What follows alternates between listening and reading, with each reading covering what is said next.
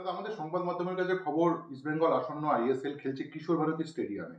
এটা কতটা সত্যি, নাকি আদৌ সত্যি বা মিথ্যে, কি আছে এর মধ্যে?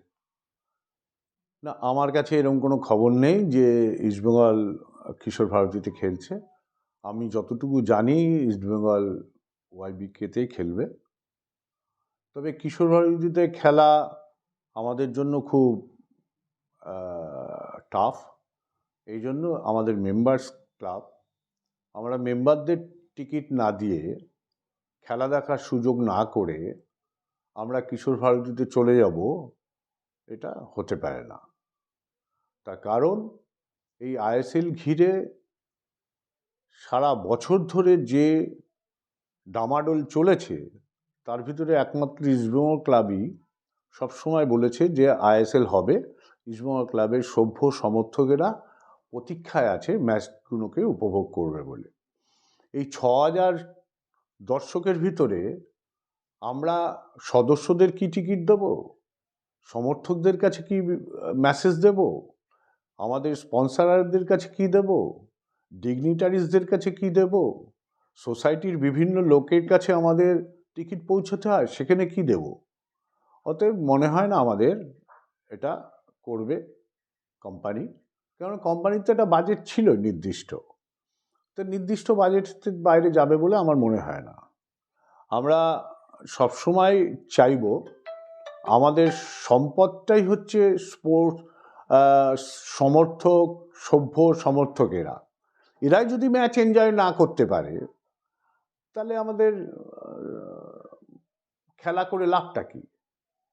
যদি সত্যিই সেটা হয়, সেটা দুর্ভাগ্যজনক হবে। আমার কাছে এরকম একটা মেসেজ নেই। তাহলে তো আমাদের সদস্যরা যখন মাঠে যাবে না, তো আমাদের অফিসিয়ালরাও মাঠে যাবে না। মানে সেক্ষেত্রে যদি খেলা ওয়াইবিকেতে না হয়, কিশোর ভারতীতে হয়, তাহলে দেবব্রত সরকার মাঠে যাবেন না খেলা দেখতে? 100% যাব না। আমি শুধু না, আমাদের ক্লাবের কেউ যাবে না। আমাদের কর্মসমিতির সদস্য যারা আছে কেউ যাবে না।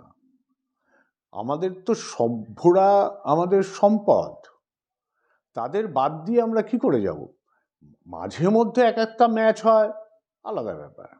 যদি ওআইবিকেতে আবার অন্য ম্যাচ হয়, তখন যাব হয়তো।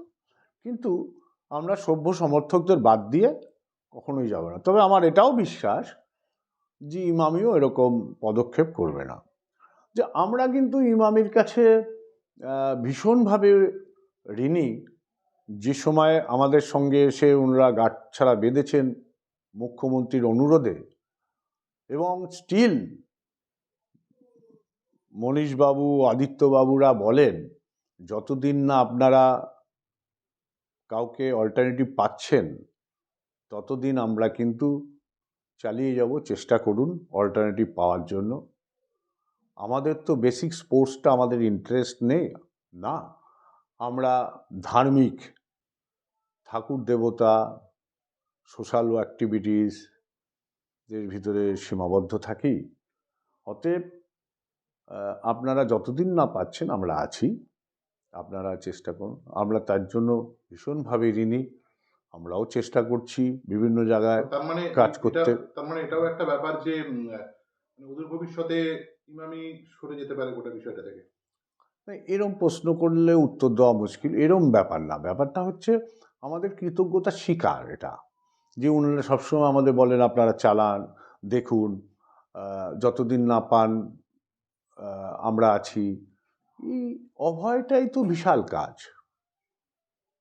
এই অভয় দেয়, এটাই তো বিশাল।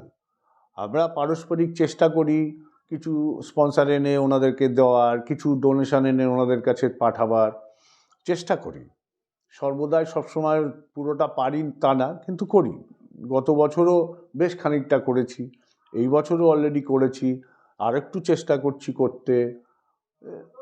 কিন্তু আমরা খুব ঋণী ওনাদের কাছে যে এই বিপদের সময় এসে আমাদের পাশে দাঁড়িয়েছে।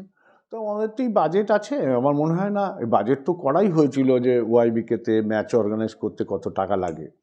বরং যদি 8টা-9টা ম্যাচও হয়, 2টো ম্যাচ করলেও কিশোর ভারতীতে ম্যাচ ওয়াইজ বুঝে বাকি ম্যাচগুলো এখানে করলো। আমার মনে হয় এরকমই পদ্ধতি নেবে। আর যদি আলটিমেটলি সেটা করে, সেটা দুর্ভাগ্যজনক, আমরা তো আর তাহলে যেতে পারবো না। তার কারণ আমরা সভ্য সমর্থকদের বাদ দিয়ে সভ্যদের টিকিট দেবো না, এটা হতেই পারে না। মানে ইমামিকে অবশ্যই ইস্ট বেঙ্গল ক্লাব জানিয়েছে ব্যাপারটা। না না, আমাদের আলোচনা হয়েছিল কিশোর ভারতীতে আর ওয়াইবিকে মিলেই হবে। কিশোর ভারতীতে একটা দুটো ম্যাচ হলো, এই আলোচনা অবধি আমরা জানি, তারপরে আর কিছু জানি না।